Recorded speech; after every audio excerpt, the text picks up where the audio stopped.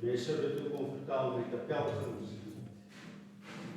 Die reis wat die Israeliete aangepak het op pad na Jerusalem en van Jerusalem weer terug. Vir die 3 groot feeste wat in Jerusalem moes bywoon elke jaar. Paasfees, Pinksterfees en Loofhuttenfees.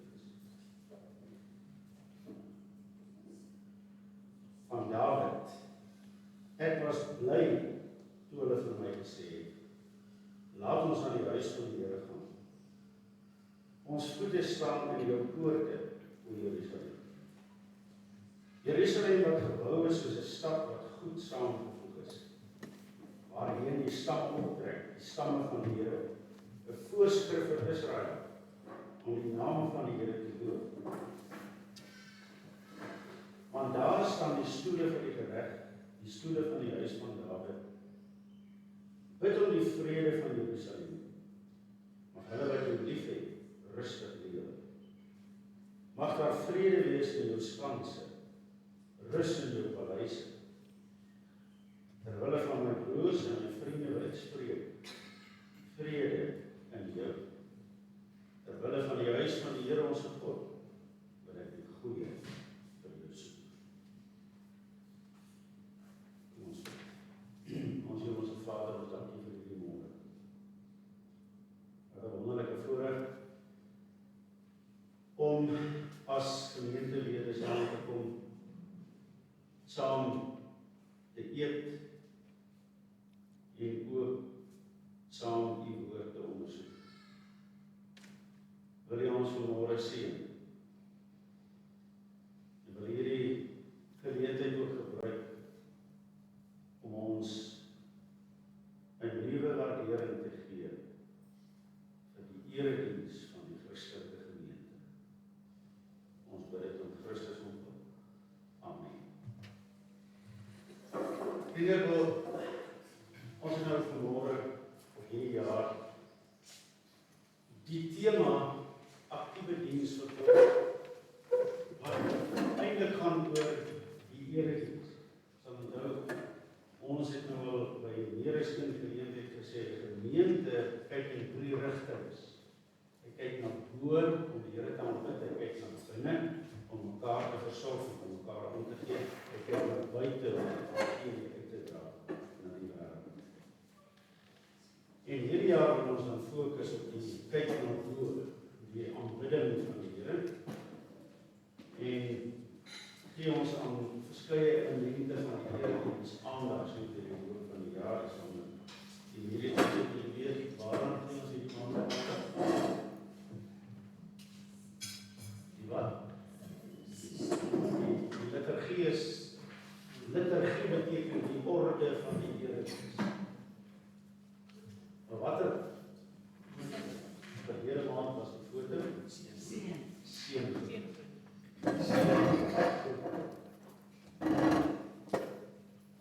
Maar as 'n mens nou verstaan wat die teologiese onderbou is van die erediens, dan kry jy baie meer waardering.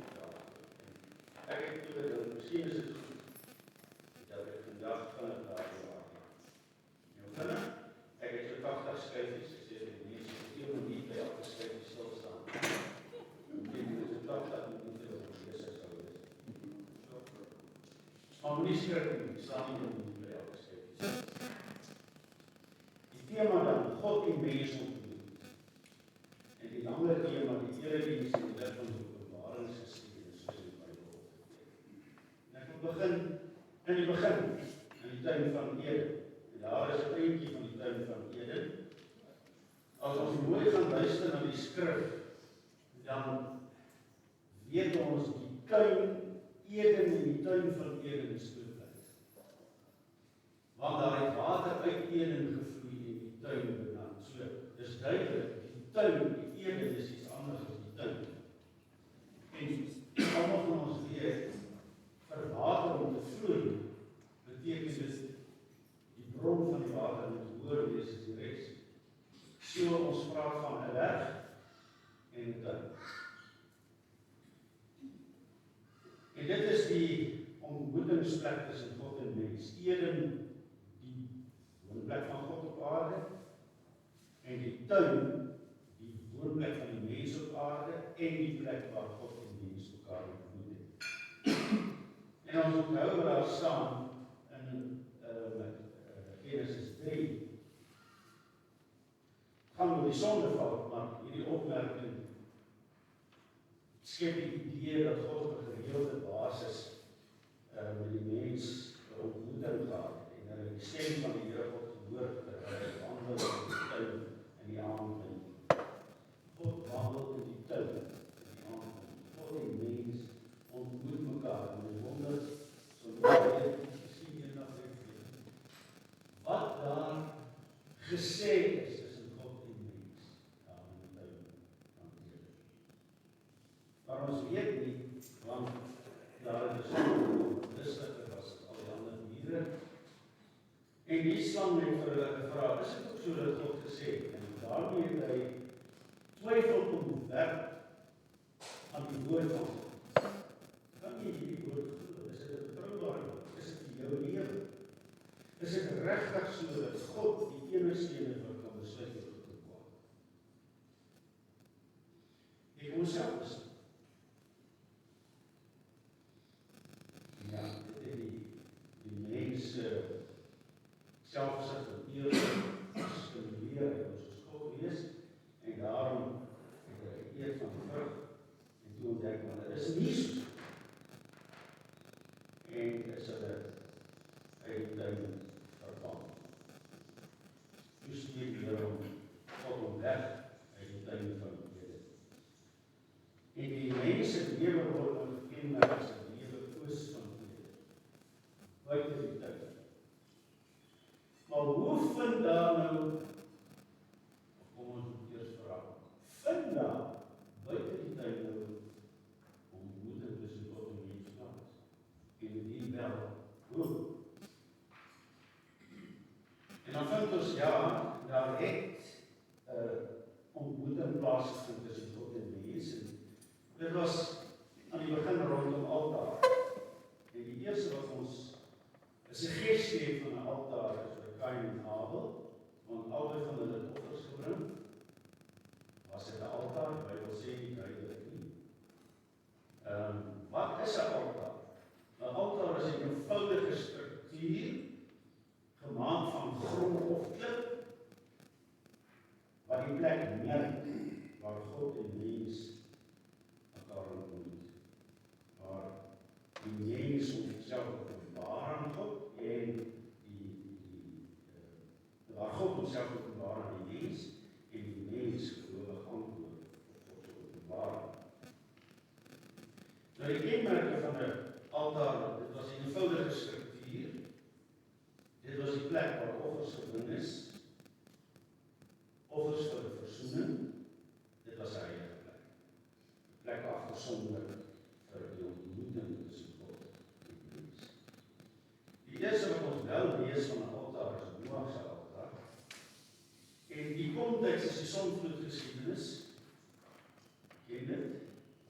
Nadat die water gesak het en Noag en sy gesin en die nuwe uit die ark kon uitgaan, het Noag 'n altaar gebou en aan die Here geoffer. Dit was uitdrukking van sy dankbaarheid oor die feit dat die Here hulle lewe gespaar het en hulle weer teruggeplaas het op die aarde. Dit was 'n uitdrukking van dankbare aanbidding.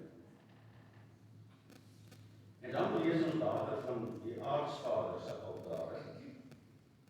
Die Here openbaar hom aan Abraham, sê vir hom, ek kies jou uit en ek gee die naam Kanaan, gee jou groot nageslag die nageslag die naam Kanaan, en hier sal jy my dien. Abraham bou in antwoord op die Here se woord aan altare reg deur die land. Beginnende by Sichem, Genesis 12 vers 6. En dan trek hy 'n bietjie verder en hy bou weer 'n altaar tussen Bethel en Ai en uiteindelik 'n altaar in Hebron. Nou as jy mens Israel kan kyk, dan is dit hele Israel, elke streek van Israel was daar 'n altaar. En hierdie altaar het gesê, hierdie plek behoort aan die Here, land wat die Here vir Abraham beloof het, die beloofde land. Dis die plek waar God en mens mekaar ontmoet. Later bou in Genesis 22 bou Abraham 'n altaar op Moria om vir Isak te offer, en dan ken ons die geskiedenis. Toe hy gereed was om Isak te offer, keer die Here hom en sê, maar daar is 'n ram vasgevang in die takke. Offer hom, so Moria word bestem as die plek van plaas van God sal voorsien. Isak het gevra in die 4, dit is jou laaste offer. Abraham sê God sal voorsien. En Moria is die plek van voorsien, wat God die offer in die plek van die mens voorsien. Ook Jakob wou 'n altaar gebed dan nadat hy die droom gehad het en die Here gesien en die Here met hom gepraat het en die belofte wat hy aan sy oupa Abraham gemaak het ook aan hom bevestig. Bou Jakob 'n altaar en noem dit het huis van God. Interessante aspek van die aartsvader se altaar is dat dit naby bome gebou is. Dat die tuinboom van Mamre en nou wat is die betekenis daarvan? Hoekom word dit spesifiek in die Bybel genoem? Want dit herinner aan 'n tuin, dit herinner aan Eden. So, hierdie altaar, gebou naby hierdie boom, dis 'n stukkie Eden. En dan uiteindelik bring die Here na 'n lang geskiedenis, droewige geskiedenis van sy volk van slawerny in Egipte, en hy verlos hulle daar, bring hulle tot stilstand by Sinai. En daar ontmoet God sy verloste volk by die berg Sinai. Dis 'n duidelike ontmoetingsplek, die volk het dit vir 3 dae voorberei, hulle heilig vir die ontmoeting, en hulle mag nie aan die berg geraak nie, want die berg is heilig, dis waar die Here van neerdal, dit is as het ware sy troon, van waar hy met die volk praat. So, Sinai is die ontmoetingsplek van hemel en aarde. En dan kom die Here voor, en hierdie vuur, vlam, donkerheid, en basin, en aardbewing, al hierdie natuurverskynsels wat sy koms vergesel, en die volk bewe, en hulle is bang vir die stem van die Here, en hulle sê vir Moses, praat jy met hom, jy gaan voor ons kan het nie. En so word Moses dan die tussengang tussen God en mens, en die type van Christus.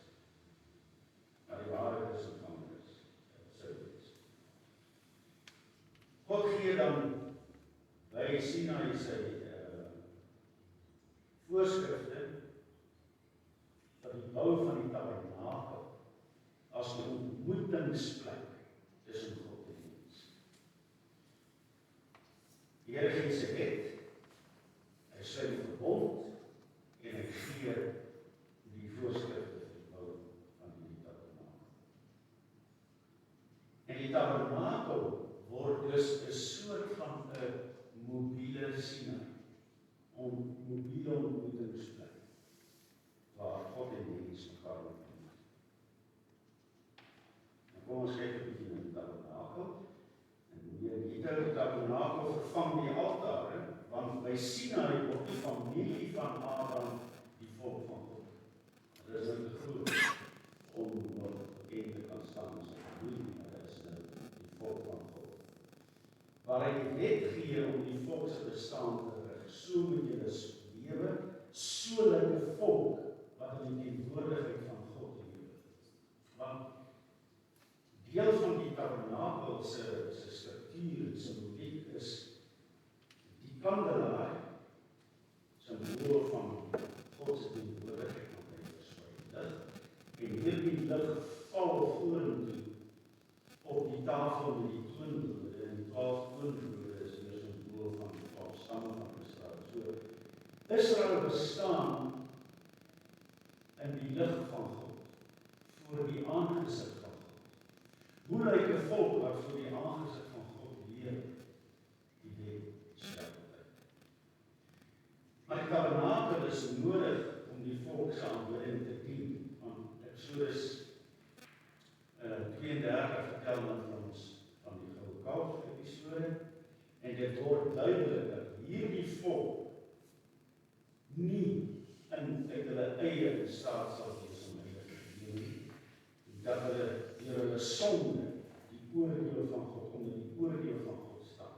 En daar moet iets gedoen word, sodat God en mens mekaar kan ontmoet, en daarom die tabernakel met sy altaar, waar die sondoffers gebring kan word, brandoffers en al die offers vir die sonde van die mens, sodat God en mens in gemeenskap met mekaar kan leef.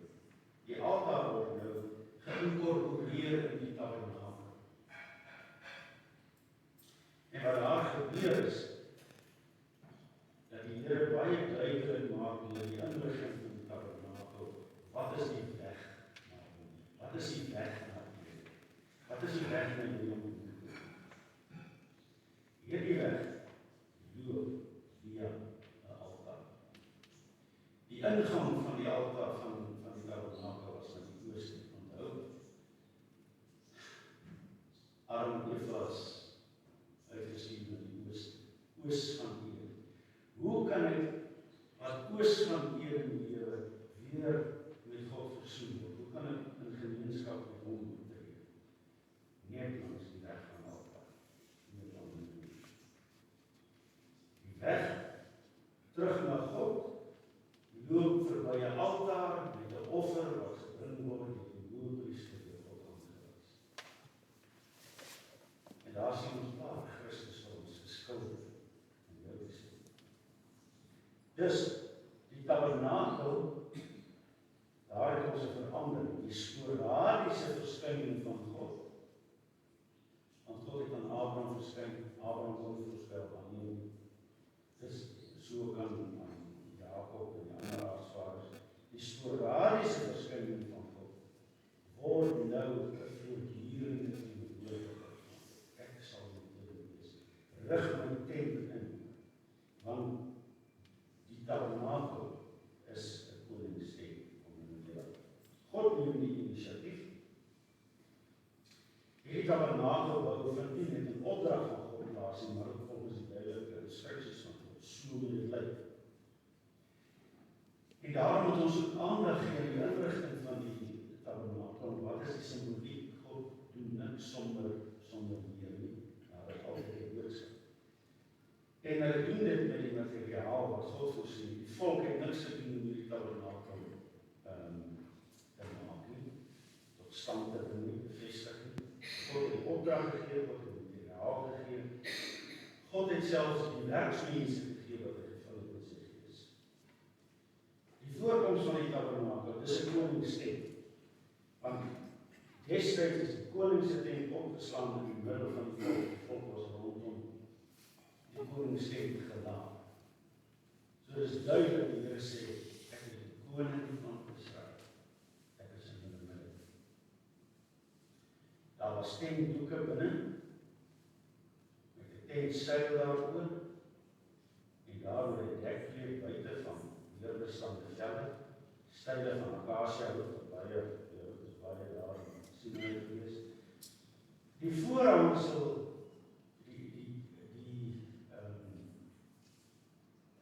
tabernakel self, die tent van ontmoeting, het twee afdelings gehad, naamlik die heilige, waar die kandelaar staan in die tafel en die toon behoorde en die altaar, en dan die allerheiligste, waar die altaar, die verbondsark aan die is. Die twee is geskei met die voorhangsel. Sware gordyn waarop figure van cherubs uitgewerk is. Wat wil dit sê? Toegang tot God word versperr. Hierdie is Eden taal. Die mens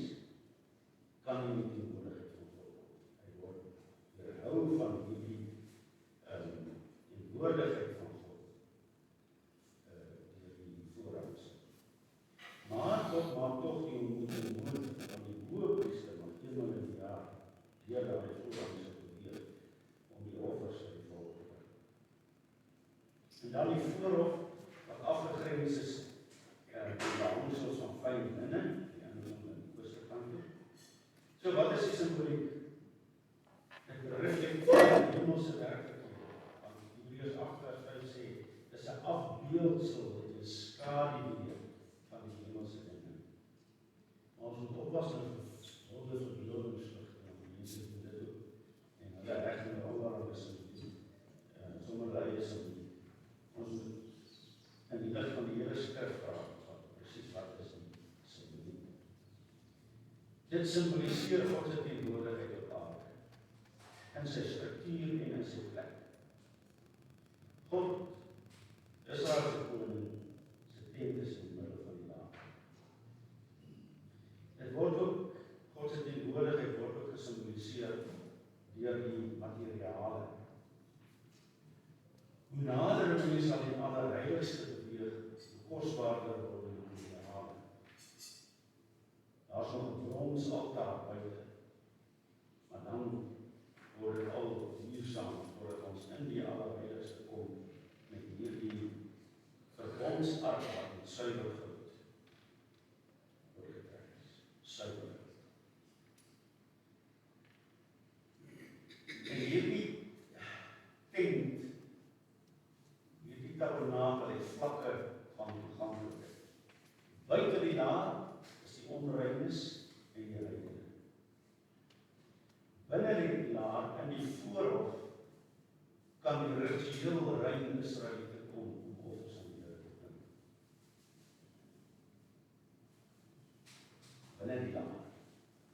In die voorhof van die tabernakel, die priesters, die leviete en die offeraars.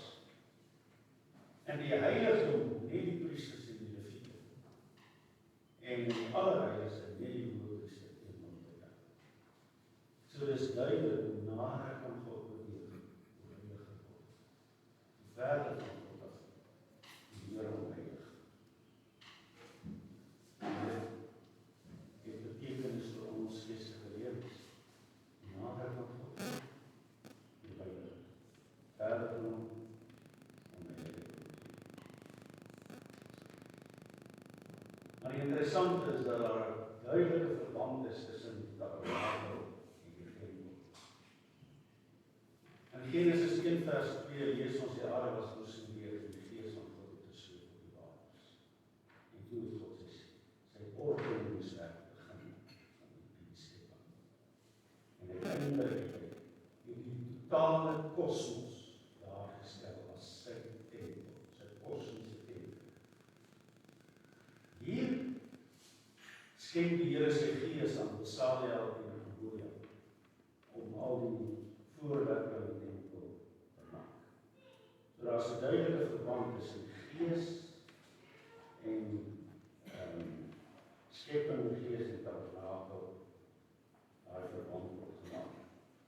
Dan interessant, God se bevel om die tabernakel te bou kan in 7 toesprake verdeel word, soos die 7 dae van die skepping.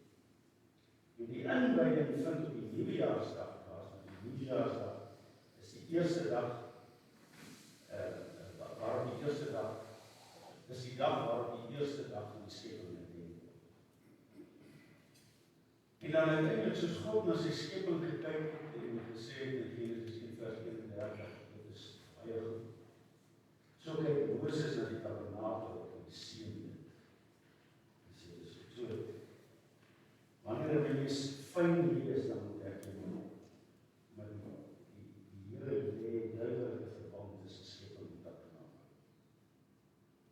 Dus, die heiligdom is 'n geordende, gehoorsame wêreld. En die wêreld is 'n heiligdom waarin God se heerskappy sigbaar is. Die kosmos. Op 'n stadium was daar 'n foto wat uit die buitenste ruim geneem is van die satelliete waar die Amerikaners die wil altyd gestuur het. En ek hoor as ons maar foto's geneem soos die planete verby op 'n stadium en daar die kamera om met die foto terugneem na die aarde toe.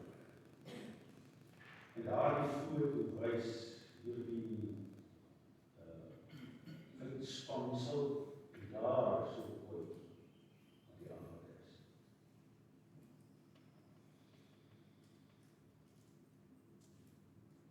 En dit gryp vir 'n mens aan, want die kosmos, die totale kosmos, waar alles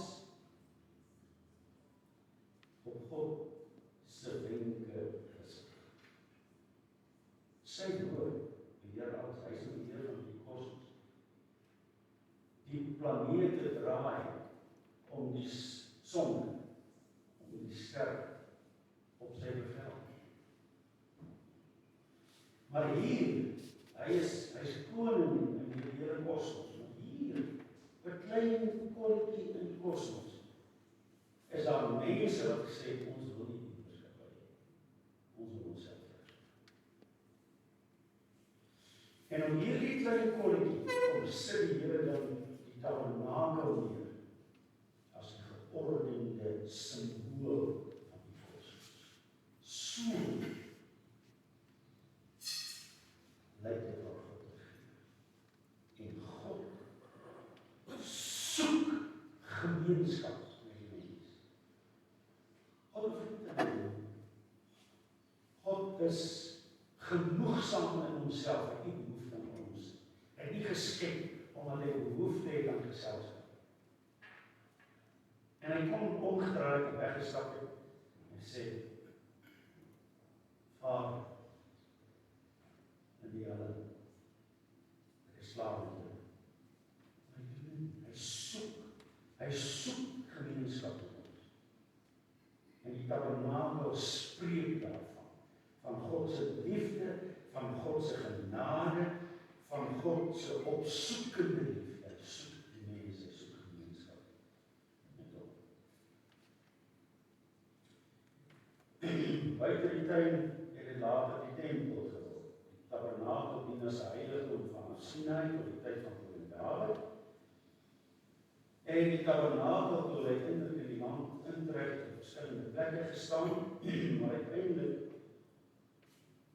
moet ons sê die tabernakel het gepas by 'n nomadiese volk wat rondtrek, dis 'n mobiele heiligdom. Nou dat hulle gevestig is in die land, nou kort hulle 'n gevestigde tempel. En interessant, hoe dat die land Israel, die land Kanaan, in die Ou Testament voorgestel word as die tuin van God. Daar is stukkie land Kanaan, is die tuin van die lewende God.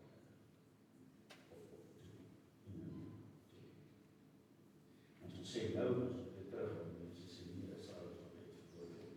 Toe, ons sê die tuin van God. En daar het die Here permanent onder sy volk. Hy kies die bouer van die tempel. Dawid het 'n begeerte gehad om, nadat hy die vyande verslaan het, en die Here hom rus gegee van al sy vyande rondom hom, en hy Jerusalem as sy hoofstad verkoop het, het hy die begeerte om nou vir God 'n tempel te bou. Maar hy word as tempel afgewys. Want God sal die inisiatief neem, nie Dawid. God sal sê, want hy is die tyd vir die bou van die tempel. En dis nog, Dawid se tyd is nog nie die tyd nie, want Dawid symboliseer nog hierdie vestigingsperiode in Palestina. Maar dit is nou gedoen. Daarom sal die een wat na Dawid kom, die koning, die eerste koning wees van die gevestigde volk. Nadat die Here oorwinning gegee vir al die vyande, want hy se die tempel bou. So die rede is, hy is histories, baie mense dink, is noodsaaklik om in Dawid so baie te vergeen. Nou, dit speel 'n rol, maar die hoofsaak is, dis nou die tyd.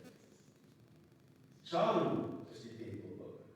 En die interessante is dat in sy verbond wat die Here met Dawid sluit, is Salomo nie die seun van God nie, maar hy word genoem die seun, nie die seun van Dawid, hy word genoem die seun van God. Ek sal vir hom vader wees, hy sal vir my seun wees, sê die Here. God kies die plek vir die tempel.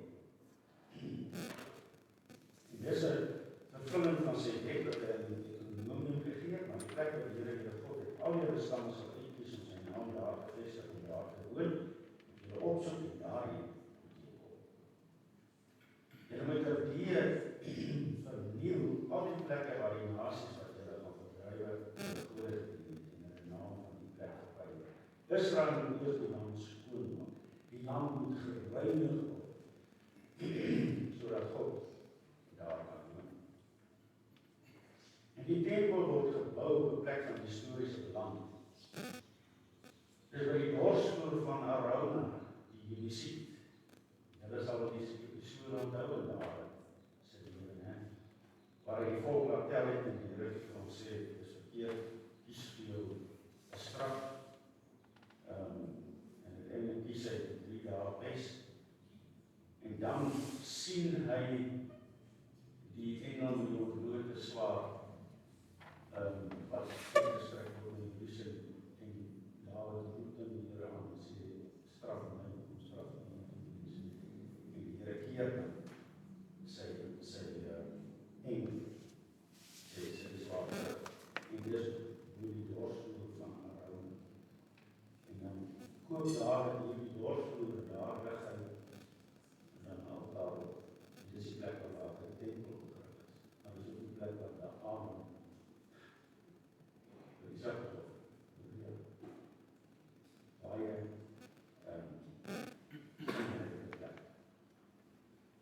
plek waar jy voorsien. Plek waar die Koning afgeroep word. En hy word gevestig nadat die stamme gevestig is. Dit het onderling in Jerusalem verwoed. Want die stad van Dawid is eintlik onafhanklik van al die stamme. Hy het nie streng gesproke reg in die stam van sy so die grens tussen Juda en Benjamin. Die voorkoms van die tempel is volgens die plan wat die Here aan Dawid gegee het in Kronieke 28 vers 19. Maar is in wese dieselfde grondplan as die tabernakel met sy voorhof, heilige allerheiligste, wat in die ooste kant kyk is. Die simboliek van die tempel, dit symboliseer eweneens God se teenwoordigheid as 'n volk. En daar's baie beelde wat die hemel voorstel, die ligte, die tabernakel, hier is een kandelaar gewees, dit stel die hemel voor, maar daar was ook beelde wat 'n tuin voorstel. Granaatjies wat uitgesny word en jou palmbome wat uitgesny word. En dan ook in die gebruik van kosbare materiale. En interessant, as ons teruggaan na Eden, dan lees ons ook van kosbare goud van die land van Babylon. So dis duidelik, ons het hier steeds met die Eden motief bedien. Die tempel dui op permanensie, dit herinner die volk aan die feit dat God se beloftes in eie land vervul het. En die 2 pilare wat vir die tempel opgerig bevestig het. Die een se naam is Jachin, hy stel vas, en die ander een Boas, en ondersterk. En hierdie tempel, belangrik, dis die ontmoetingsplek van God en sy volk. Stam tot weg. Dit herinner aan Sinai, en dit alles herinner aan Eden. God spreek van die versoendeksel af met sy volk en die hoëpriester nader tot God en die offers van die volk. So as ons vinnig deur die Ou Testamentiese geskiedenis van die heilige plek handel, van tuin na altaar na tabernakel na tempel. Maar dit was alles bedoeling. Waarvoor uitgewys het met iets groots. En die iets groots is die koms van Immanuel. God se volk begeer om God se teenwoordigheid te wees. In die Ou Testament, in die heiligdomme, streng voorskrifte wat God se heiligheid respekteer, maar waar vandag? Jezus is ons heilige plek, as die evangelis. Johannes 1 vers 14, en hy het onder ons kom woon, skenning gesê, wat beteken tent, hy het onder ons sy tent kom opstaan, so ons opgedaal. Hy het ons onder ons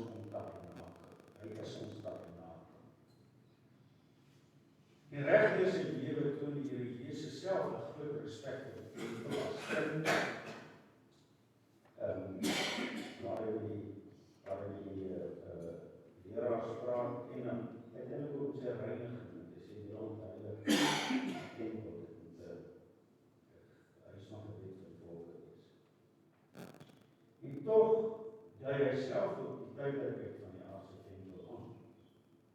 In sy konfrontasie met die geestelike leiers, daar sê hy, breek die tempel af en 3 dae sal dit op. En ons spot op. En dan staan daar en gepraat van die tempel van sy liggaam. So hy is die tempel. En sy gesprek met die Samaritaanse vrou, wat vra, jy gesien as 'n profeet, waar sê jy nou vir ons, waar moet ons aanbid? Die Jode sê ons moet in Jerusalem aanbid, maar ons aanbid op die berg Gerizim, waar? Dan sê hy, as om die tyd in Israel, maar hy nie op Gerizim of in Jerusalem, maar in Gees en in waarheid. En ook in sy gesprek met sy disciples, maak hy dit duidelik, dat die tempel sê, doel gedien.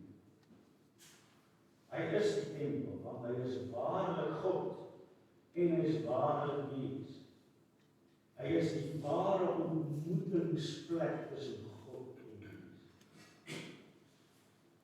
En is interessant, sy liggaam is die voorhangs en wies, wanneer hy sterf en skeur die voorhangs.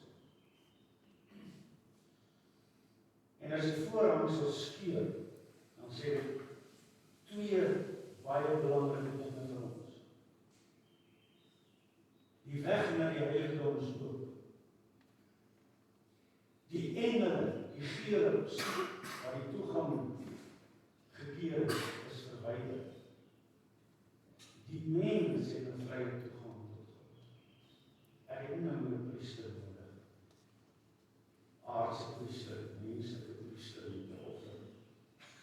Want my hoëpriester het eenmalig die volmaakte offer gebring. En daarom sê Hebreërs ons weer voor geroepen heilige. Ek kan enige tyd tot God nader en gered deur ons Here Jesus Christus. Maar God tree ook uit die heiligdom na ons. Wanneer die Heilige Gees uitgestort word, dan kom God om in ons te woon. Ons is in sy teenwoordigheid elke oomblik van elke dag deur sy Heilige Gees. Ons leef voor die aangesig van die Here. Jesus is ons heilige plek ook volgens die Hebreë. Die Hebreë sê van die Jesus se teenwoordigheid vervaag die belangrikheid van aardse heiligdom, die altaar en die naam van die tempel, want hy is 'n vervulling daarvan. Iemand het die beeld gebruik, dit is 'n baie moeilike beeld, om dit verstaanbaar te maak. Toe ek in Elmeriek gegaan het, sy het aan Bloemfontein gebly, en ek in Pretoria gesit. So ons is nie aan mekaar se teenwoordigheid, maar ek het 'n foto gehad. En dis die verlamming nou baie erg is, dan kom die foto uithaal met die foto. Ek kan nou sê dat dit nie die foto is nie op saak. As ek maar half verlamming het met die foto gekryk. En dis reg, is normaal, want die foto symboliseer haar. Maar ek dink ons getrou, as ek nou rondloop en kyk ons weer oor die foto, dan durf my sê oor iets. Dit is die werklikheid nou, kom kyk jy nou in die dis die tempel in Christus. Tempel was die voet, Christus is die werklikheid, en hy het gekom. Hoekom wil jy nog na die voet kyk? Dis die hele stryd wat die Here gehad het met Israel en met Paulus en die ander godsdienstgangers in Israel. En wat ons vandag het met die Jode wat die 3de tempel opbou en met die ouens wat sê daar gaan Christus gaan aan die aarde kom en dan gaan die tempel herbou verwag. Hoe kom jy nog na die foto kyk as jy daar kyk? Paulus sê Christen het nie meer 'n tempel gebaseerde godsdienst. Christen moet individueel en gesamentlik tempel wees, want ons is in die teenwoordigheid van God Jesus Christus. Hoe kan Christus en ons tempel wees? Ja, dit hang saam met die vloeibaarheid van die beeld. Maar dit hang ook saam met ons eenheid met Christus. Wat is nou die tempel? Wie is die tempel? Waar is die tempel? Christus is die tempel. Hy en die mense wat hy wil kom versamel. Dis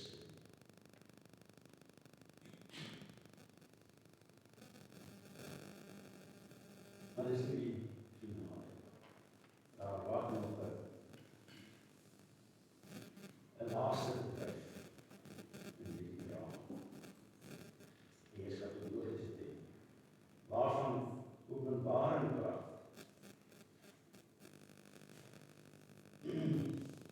Openbaring 21 sê, ek het die nuwe hemel en die nuwe aarde gesien.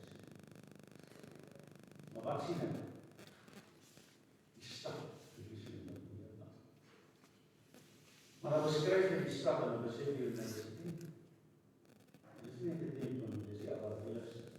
Want hy sê, die afmetings van die stad maak van dit 'n types. Die lengte, die breedte en die hoogte is bedoel. En so die heiligdom, die allerheiligste. Sy lengte, breedte en hoogte was in belang. So ons woon, ons is op pad na die heiligdom, waar ons vereer in die teenwoordigheid van God gemeet. En die nuwe Jerusalem tempel? Nee, maar die Here God die Almagtige is 'n tempel in die naam. So wat moet ons sê? Eden en meer is herstel.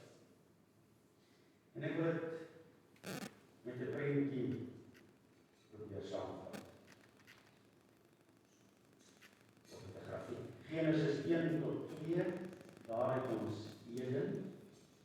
En alles is een groot heiligdom. En toe kom die sondeval. En die mens word uitgedruk. En die altare en die heiligdomme word nou die tekens van die Eden. Dit is ons in jou gesê. En dan kom die Here Jesus, die ware tempel. En hy is die weg na die Eden. Ons sing ons. Die kruis is die boom van nuwe lewe.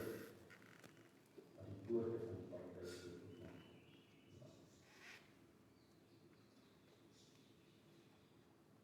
En dan die kerk. Die kerk is in Christus en deur die Gees 'n tempel. En ons is op pad na die Here. En dan Openbaring 21 vers 21-22 wat weer die nuwe Eden beskryf, alles is een groot heiligdom. God soek gemeenskap met die mens. En selfs die sondeval kom hierdie soeke van God nie keer.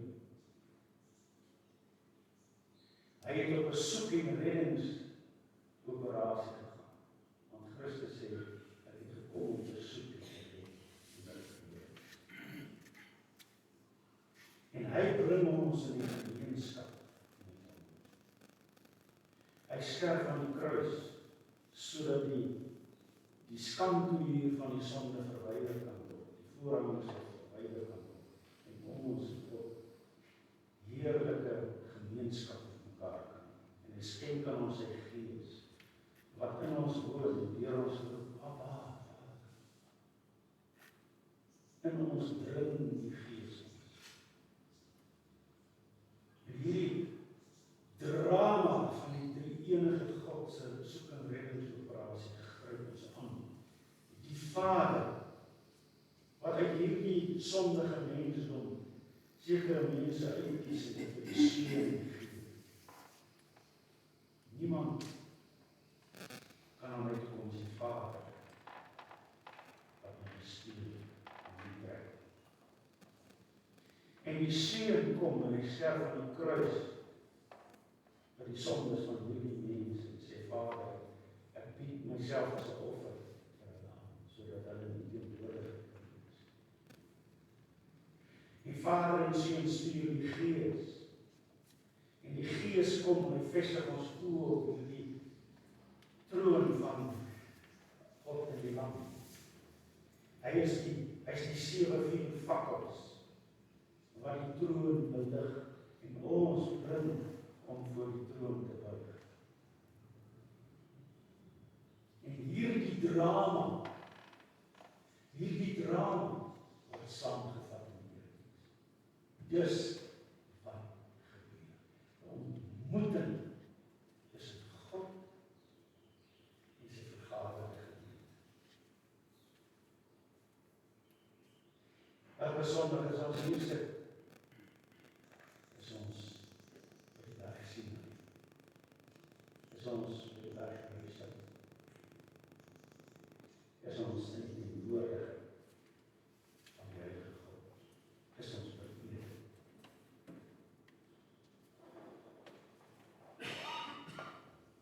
Daarom is die Here nie so belangrik. En so sinnelik. So, heilige ontmoeting tussen God en waar hy met ons praat en ons met hom. Ons kan ontmoet. Daar het ons gemeenskap met ons. En hierdie gesprek vind nie net op rasionele vlak plaas nie. Hoe kan ek dan wegkry van die Here Jesus?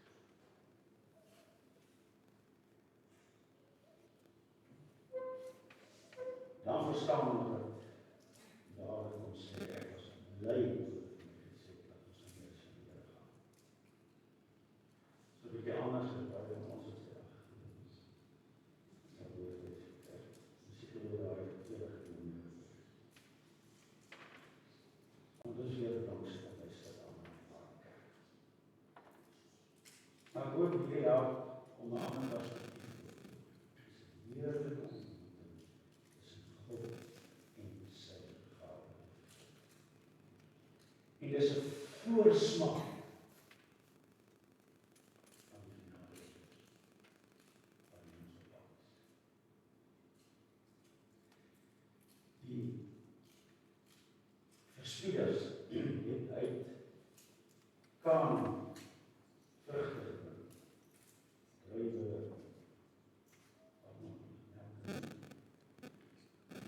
dit volk sê, kyk en proe, smaak aan die woord. Dis wat die erediens is. Vir al rondom nagmaal. Smaak en proe iets van die hemelse Here wat in ons op pad is. Ek het gesê, die opmerkings of aanmerkings of vrae.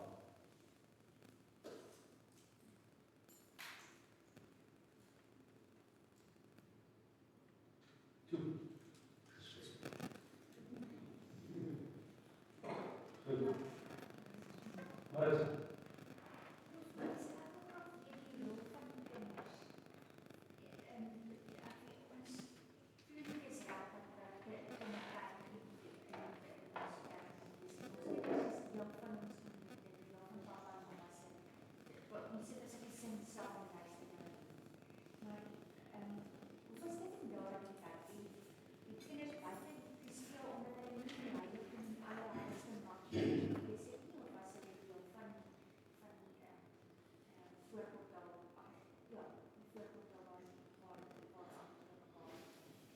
Nee, dit is nie daar gekom nie. Maar wat wel gebeur het, kyk, in die voorhof, het eintlik nie die Israeliete gekom geoffer. En eintlik was dit die man, as verteenwoordiger van die gesin, wat gekom om die offer te bring. En as jy dink aan die Pascha. Pascha is in die huis gevier. En die baan het op die dag van die voorbereiding van die Pascha die lam wat geslag kan word na die tempel gebring en daar is hy die priester geslag en die aan altaar gesmeer en dan het hulle daardie dan teruggegaan op die huis en gevraag en hulle as huis gesit. Dan was dit 'n geval van die kind die oudste seun in die huis wat opstaan vra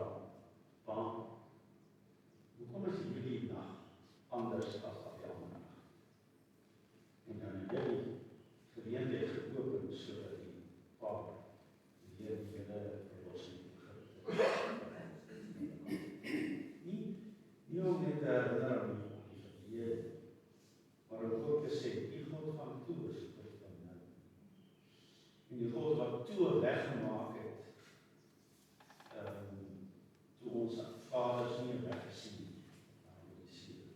As ons verlos het en ons weg met die seer gemaak het. Hy is nog steeds hier. As jy voel en jy het jou vasgeloop in iets, vertrou op hom, hy is die God van verrassing. Baie wat jy nie kan sien. Die weg open met die koers. So hulle was ten volle deel van die lewe. En onthou is as het ware die verlossing wat telkens opgevoer is. En hulle deel het. So moet die loofhitte vier. Wat is die loofhitte? Dis nie hitte waarom ons hier in loof is, dit eintlik seker ook, maar dit was die loofblare takke. Die blare en takke het huis gemaak en dan het daar gebly vir die tydperk van die hittefees. Om hulle te herinner aan die swaar van die uittocht en dat hulle nie permanente huis gehad het. So dit was baie, die kinders was liggaamlik betrokke by die dinge, hulle die drama van verlossing saamgeleef.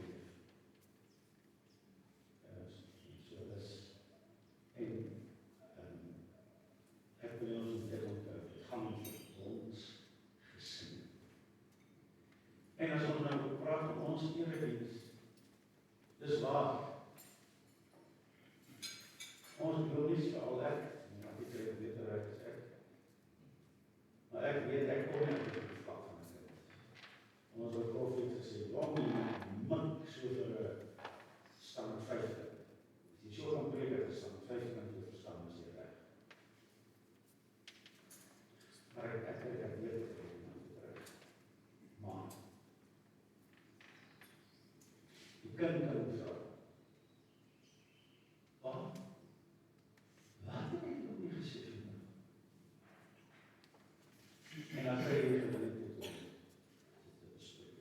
Of die paal van ons gaan vra. Nou, wat het hier staan met die bespreek? Nou, kans is so dat hy sê, en ek sal sê niks.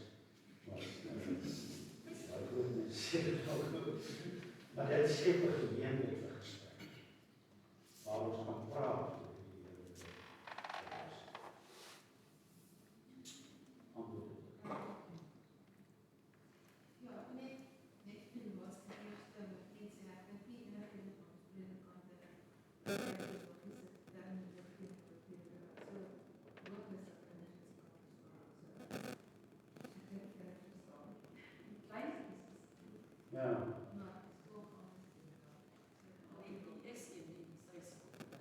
wat is dit Ja. En dan ander ding wat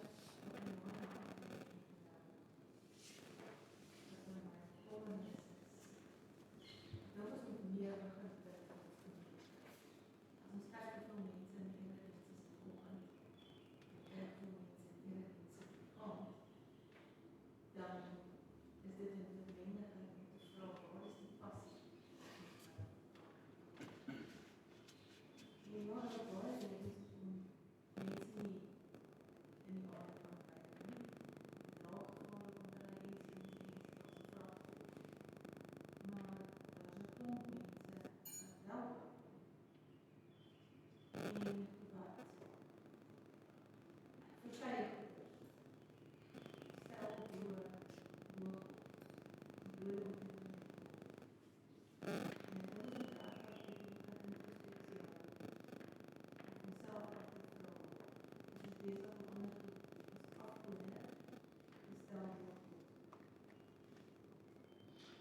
Goed, maar dis kom ons nou hierdie jaar het ons temper op die erediens, sodat mense die erediens in sy uitdruk kan verstaan.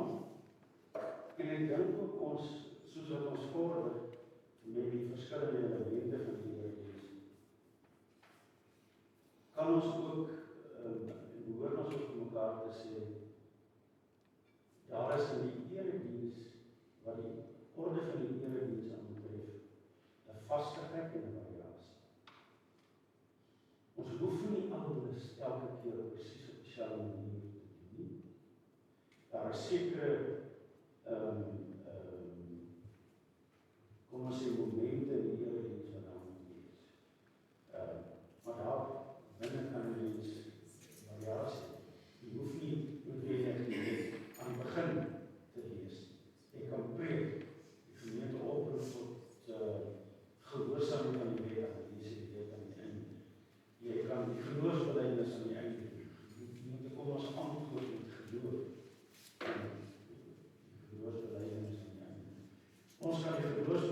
hardop sê.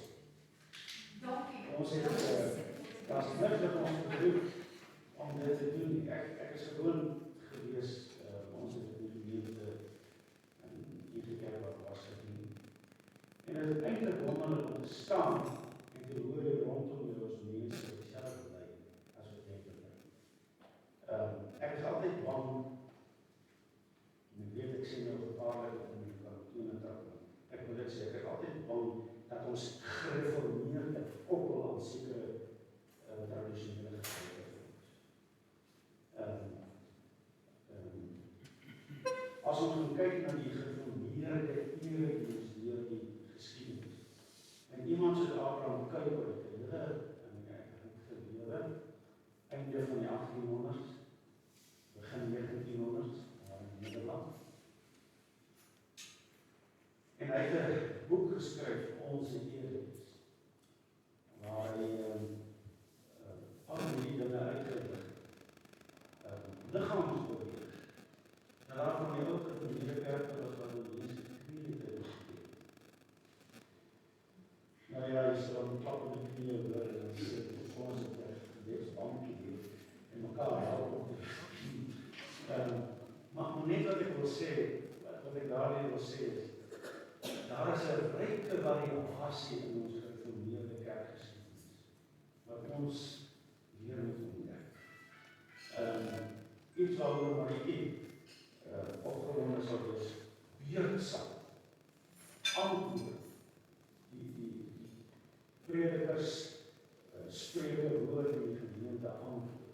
Ons kan baie meer maak. En hopelik, soos ons die jaar vorder, kry ons het reg om al die sake so te verander. Van ons dankie vir die gemeentes, wat is die meeste van ons volgende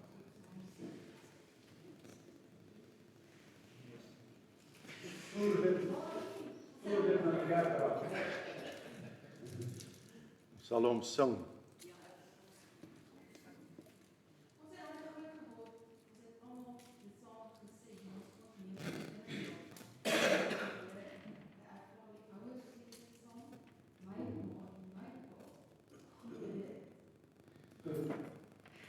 Jy gaan dan maak dat ons 10 uur is.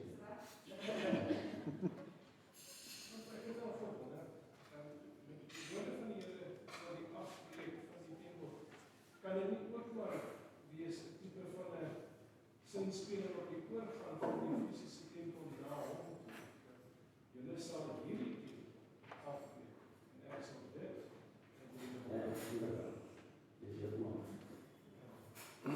Maar die interessante is, dat hy ook sê, dit is nog nie ken, en ek sal volg, dit was van die woord. Maar daarom sê hy, Jezus, hierdie ding is so tyd is so tyd. En interessant ook, dat hy antwoord die verwoesting van die ding. Ek kan nou nie hoor, as ek klop het, as ek klaar het. Vrienden, kom ons dit af. Ons doen ons Vader.